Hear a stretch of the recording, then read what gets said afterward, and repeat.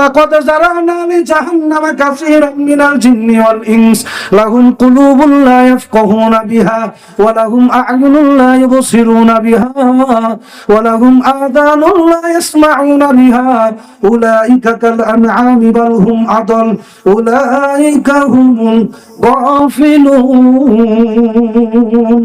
আল্লাহ তাআলা ডাক দিয়ে বলেন, ওয়ালাকাদ যারানা লিজাহান্নাম, আমি জাহান্নামকে ভরপুর করে ফেলবো। কাকে ভরবে? জাহান্নামকে ভরপুর করব। মিনাল জিন্নি ওয়াল ইনস, জিন এবং ইনসান দ্বারা। কোন জিন এবং ইনসান দ্বারা? লাহুম কুলুবুন লা ইয়াফকাহুনা বিহা, যাদের আমি অন্তর দিয়েছি কিন্তু অন্তর দিয়ে কিছু ভালো কিছু ভাবে না।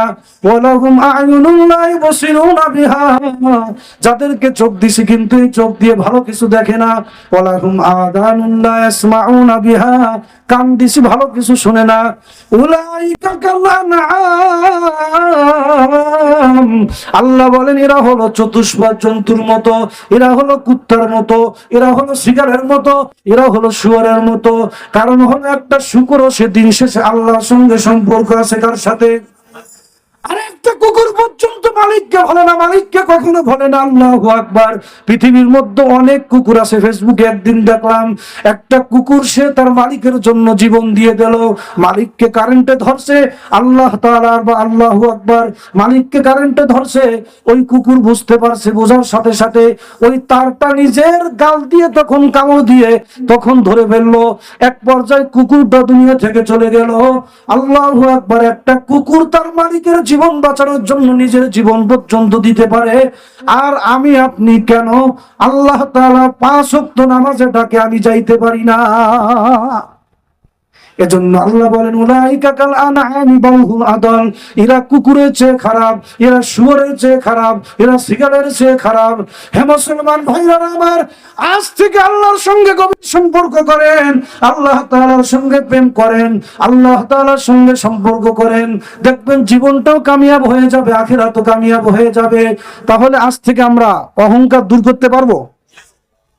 আপনাদেরকে মুসলিম শরীফের হাদিস শুনাইতেছি, 107 নম্বর হাদিস।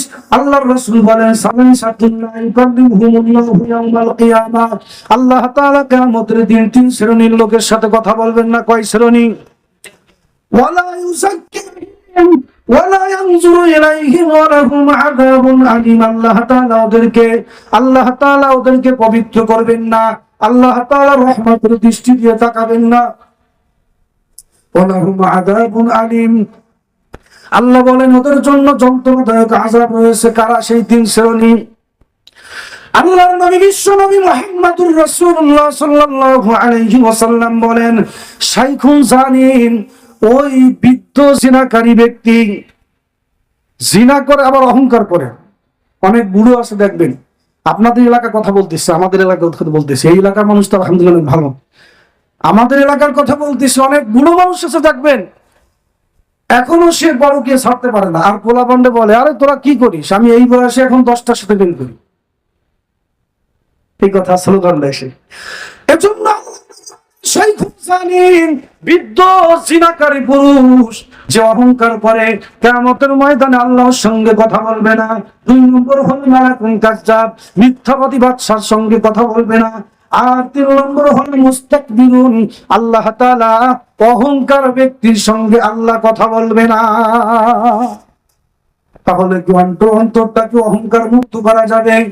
আল্লাহু আকবার। আল্লাহর এক বান্দা বলেন, আরে তুই জান্নাতে যাওয়ার আগে নিজেকে একটা শুয়োরের চেয়ে খারাপ মনে করবি, জান্নাতে যাওয়ার আগে নিজেকে একটা কুকুরের চেয়ে খারাপ মনে করবি। কারণ হলো আল্লাহ তাআলা কোন আমলের মাধ্যমে আল্লাহ তাআলা মানুষকে জান্নাত দিবেন আর কোন আমলের মাধ্যমে মানুষকে জাহান্নাম দিবেন, এটা একমাত্র আল্লাহ তাআলা জানেন। আল্লাহর রাসূল বলেন, দুনিয়ার মধ্যে এমন কিছু মানুষ আছে যারা সারা জীবন আমল করবে কিন্তু মরণের সময় কালিমা নসিব হবে না। আগের সাউন্ডটা ভালো ছিল। এমন কিছু মানুষ ছিল, এমন কিছু মানুষ থাকবে যারা মরণের সময় যাদের কালিমা নসিব হবে না, সারাটা জীবন আমল করেছে। আবার এমন কিছু আমার উম্মতের এমন কিছু উম্মত থাকবে, এমন কিছু আল্লাহর বান্দা থাকবে যাদের জীবনে কোনো আমল নাই, সামান্য কিছু আমল আছে, কিন্তু মরণের সময় তাদের জবান থেকে কালিমা জারি হয়ে যাবে। এজন্য অহংকার করার কোনো কিছু নাই। এমনও হতে পারে কিয়ামতের ময়দানে অনেক আলেম তারা জাহান্নামে চলে যাবে, অনেক ছাত্র তারা জান্নাতে চলে যাবে, অনেক আলেম জাহান্নামে যাবে, অনেক সাধারণ লোক জান্নাতে চলে যাবে। আল্লাহু আকবার। অনেক বক্তা কিয়ামতের ময়দানে জাহান্নামে চলে যাবে, অনেক শ্রোতা জান্নাতে চলে যাবে। কারণ হলো যিনি বস করেছিলেন তার উদ্দেশ্য ছিল কি? আমি আপনাদের কোর্স করতেছি, আমার যদি উদ্দেশ্য হয় দুনিয়া কামাই করা, আমার যদি মাকসাদ হয় দুনিয়ার মধ্যে প্রসিদ্ধ বক্তা হব, খোদার কসম এই ওয়াজ আমাকে জান্নাতে নিতে পারবে না, এই ওয়াজ আমাকে জাহান্নামে নিয়ে যাবে। আপনি নামাজ পড়তেছেন, যদি নামাজ পড়েন অহংকার বশত, এই নামাজ আপনাকে জান্নাত নিতে পারবে না, এই নামাজ আপনাকে জাহান্নামে নিয়ে যাবে।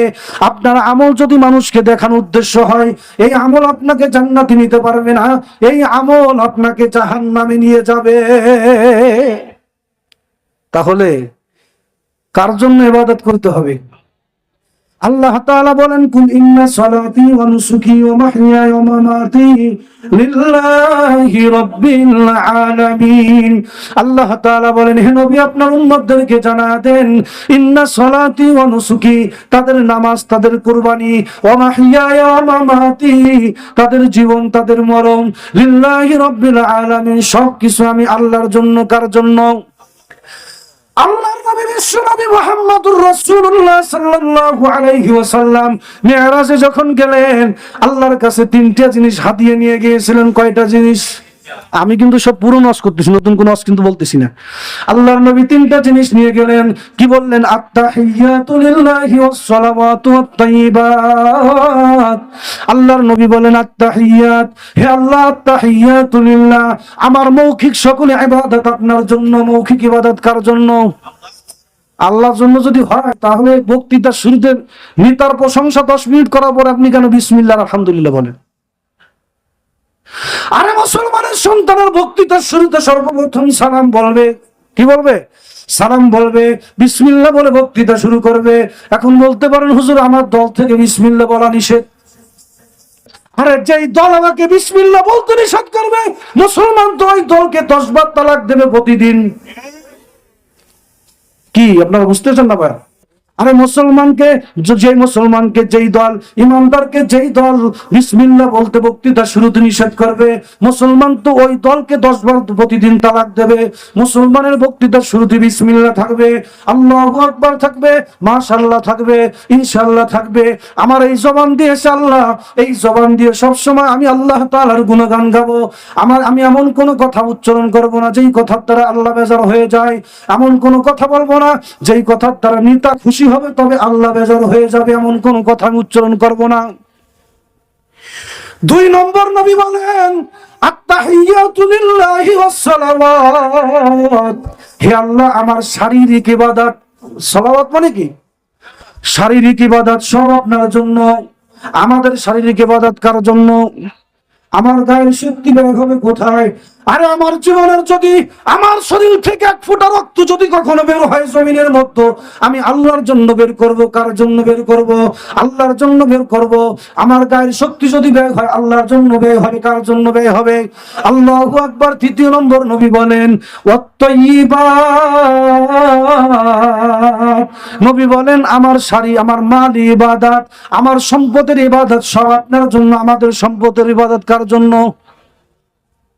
তো মাহফিলের জন্য টাকা চাইলে আমরা কত কথা ব্যবসা শুরু করছে হুজুররা, এই সমস্ত বলা শুরু করি না?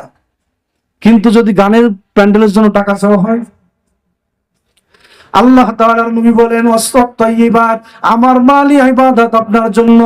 হে মুসলমান ভাইরা আমার, আল্লাহর নবী মিরাজের মাধ্যমে উম্মতদেরকে জানাইতেছে, নতুন ওয়াজ আপনাদেরকে করতেছে। সারা জীবন মিরাজের আলোচনা শুনছেন, করছেন, কিন্তু এর দ্বারা যে নবী এটা বোঝাইছেন আমরা কয়জনে জানি আর কয়জনে করি?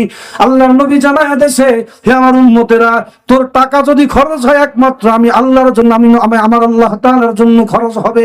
তোর মুখের জবান যদি কখনো জারি হয় আল্লাহর জন্য জারি হবে। আরে তোর সম্পদ যদি খরচ হয় আল্লাহর জন্য খরচ হবে। তোর গায়ের শক্তি যদি ব্যয় হয় আল্লাহর জন্য ব্যয় হবে। তাহলে আমরা কি আজ থেকে প্রতিজ্ঞা করতে পারি, আমার শারীরিক, আমার মৌখিক, আমার মালি ইবাদত আল্লাহর জন্য? কারা কারা রাজি আছেন 2টা হাত আল্লাহকে উঁচু করে দেখায় দেন। নারায়ে তাকবীর, নারায়ে তাকবীর। আল্লাহ তাআলা কবুল করুন।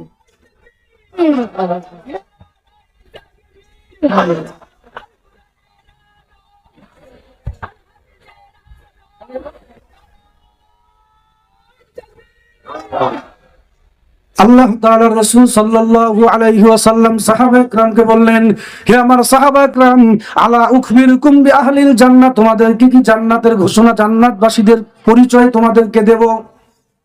আমি কিন্তু অহংকার নিয়ে আলোচনা করতেছি। আল্লাহর রাসূল বললেন, আলা উখবিরুকুম বিআহলিল জান্নাহ, জান্নাতবাসীদের পরিচয় তোমাদেরকে কি বলবো। সাহাবায়ে কেরাম বললেন, ইয়া রাসূলুল্লাহ বলেন। আল্লাহর রাসূল বললেন, কুল্লু দাঈফিন মুতাদাঈফিন। আল্লাহর রাসূল বলেন, জান্নাতবাসী যারা হবে তারা একেবারে দুর্বল হবে, তারা জীর্ণশীর্ণ হবে, তারা গরীব হবে। কারণ হলো আল্লাহর রাসূল বলেন, কিয়ামতের ময়দানে গরীব মানুষ কিয়ামতের ময়দানে ধনী ইমানদারের চেয়ে 500 বছর আগে জান্নাতে যাবে। আমি যে হাদিসটা বলছি, কাম মিন মারুফিন ফিদ দুনিয়া ওয়া মাজহুলিন ফিস সামা ওয়া কাম মিন মাজহুলিন ফিদ দুনিয়া ওয়া মারুফিন ফিস সামা। দুনিয়ার মধ্যে এমন কিছু বান্দা আছে যাদেরকে দুনিয়া চেনে না, দুনিয়ার মানুষ চেনে না, কিন্তু তাদেরকে কে চেনে? আসমান চেনে। আবার এমন কিছু মানুষ আছে তাদেরকে দুনিয়ার মানুষ চেনে কিন্তু আসমান চেনে না। এরপর আল্লাহ রাসূল সাল্লাল্লাহু আলাইহি ওয়াসাল্লাম বলেন, আলা উখবিরুকুম বিআহলিন নার, আমি কি তোমাদেরকে জাহান্নামীদের পরিচয় তোমাদেরকে বলবো। সাহাবা একরাম বললেন, ইয়া রাসূলুল্লাহ, ইয়া হাবিবাল্লাহ, আপনি আমাদেরকে জাহান্নামীদের পরিচয় জানায়া দেন। আল্লাহর রাসূল বললেন, কুল্লু উতুল্লিন। আল্লাহর রাসূল বললেন, প্রত্যেক অহংকারী ব্যক্তি জাহান্নামে যাবে। কোথায় যাবে? প্রত্যেক অহংকারী ব্যক্তি জাহান্নামে যাবে। আল্লাহ তাআলার রাসূল সাল্লাল্লাহু আলাইহি ওয়াসাল্লাম বলেন, ইহশারুল মুতাকাব্বিরুনা ইয়াউমাল কিয়ামাতি আমসালাজ জাররি ফি সুওয়ারির রিজাল। আল্লাহর রাসূল বলেন, কিয়ামতের ময়দানে অহংকারকারী ব্যক্তিকে পিঁপড়ার মতো মানুষের আকৃতিতে উঠানো হবে। কিসের আকৃতিতে? পিঁপড়ার মতো ছোট মানুষের আকৃতিতে উঠানো হবে। তাহলে আপনি যে অহংকার করেন, মাহফিলের সভাপতি কেন আমাকে বানালো না, আমার নামটা কেন পোস্টারের শুরুতে আসলো না, অহংকার না? আমি সভাপতি হতে পারবো না, মসজিদই হতে দেব না। আমি সভাপতি হতে পারবো না, মাদ্রাসাই হতে দেব না।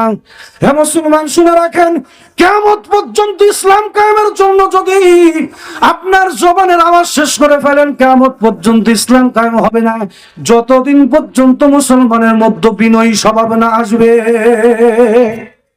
আল্লাহর নবীর সাহাবা একরাম এমন ছিলেন, যেই সাহাবা একরাম যিনি যুদ্ধের মধ্যে যিনি সেনাপতি ছিলেন, সেই সাহাবীকে আল্লাহর রাসূল একেবারে সেনাপতি থেকে একেবারে একজন সাধারণ সদস্য বানায় রাখছে।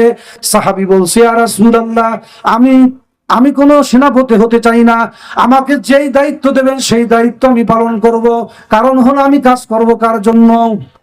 আরে আমি সবকিছু করবো আল্লাহর জন্য। কুল ইন্না সলাতি ওয়া নুসুকি ওয়া মাহইয়ায়া ওয়া মামাতি লিল্লাহি রাব্বিল আলামিন।